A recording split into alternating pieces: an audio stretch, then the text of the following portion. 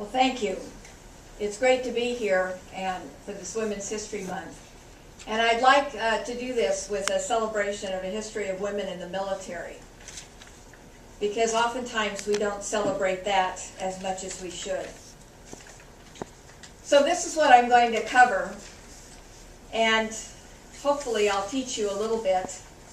You'll refresh your memories on a lot.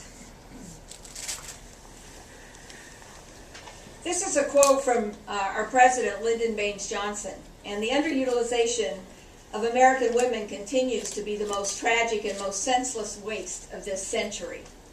But we'll find out how we got to where we are today.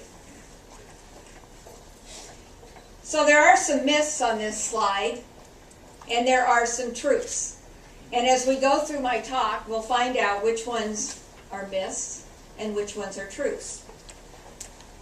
Because some believe that no women served in wars prior to 1906.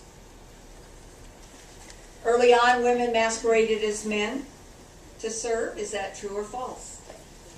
Women have never borne arms in combat. True or false?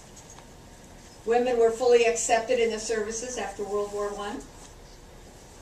Equal pay and treatment is the norm in all services from day one.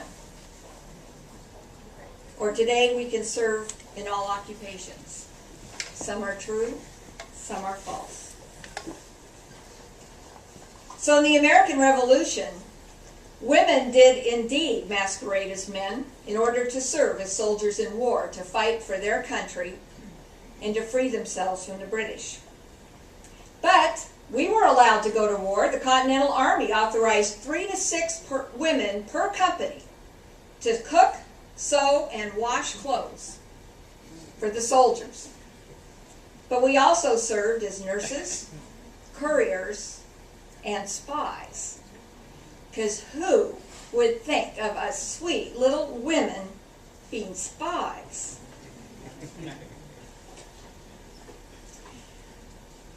Taya Jonigan was an Oneida Indian woman who was married to a Continental Army soldier, and he injured his wrist, and so she loaded his weapon on the battle for numerous weeks until his wrist healed so he could continue to fight, and stood by his side.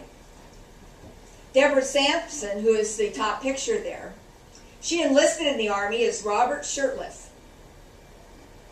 And she was actually wounded twice as she served for 3 years, and it wasn't until she was injured the second time that they had to take off her shirt to treat her wounds and discovered that she was a woman. So she held it pretty well. And she was honorably discharged after her gender was discovered. And then you've all heard of Molly Pitcher, who was really Molly McCauley. And she followed her husband and supported the men on the battlefield, and she got her name Molly Pitcher for carrying water to the soldiers on the battlefield to treat heat exhaustion. And there's a statue to her in Carlisle Barracks. So if any of you go up to Carlisle Barracks, where the Army War College is, there's actually in the graveyard a statue to Molly Pitcher for taking water to the battlefield. And so I encourage all of you, the actual cemetery is in the town of Carlisle.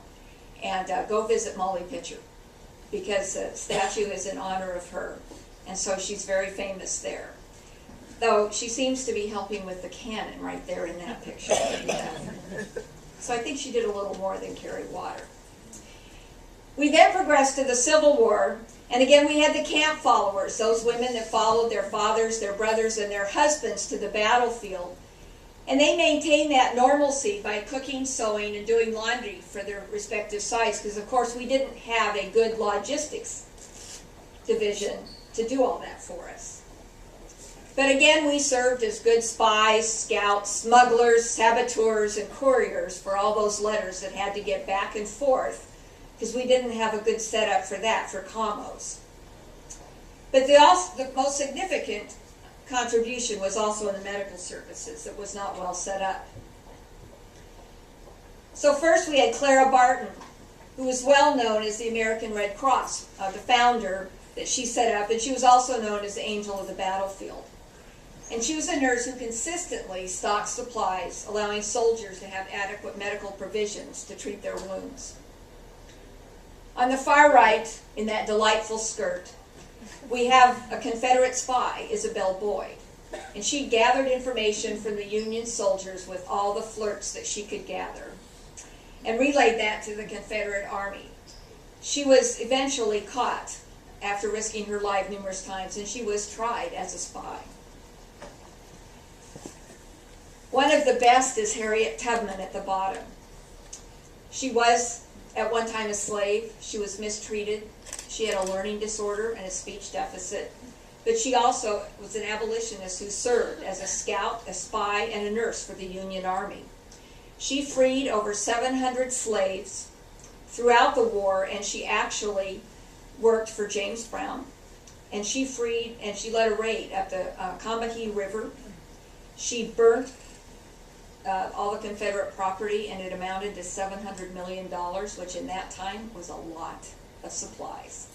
And there actually is a museum, if any of you go over to Cambridge, Maryland, which is just across the Chesapeake Bay, there is a museum to Harriet Tubman over there, and it is quite interesting. I went through there. There's also a lot of antiques over there, so if any of you are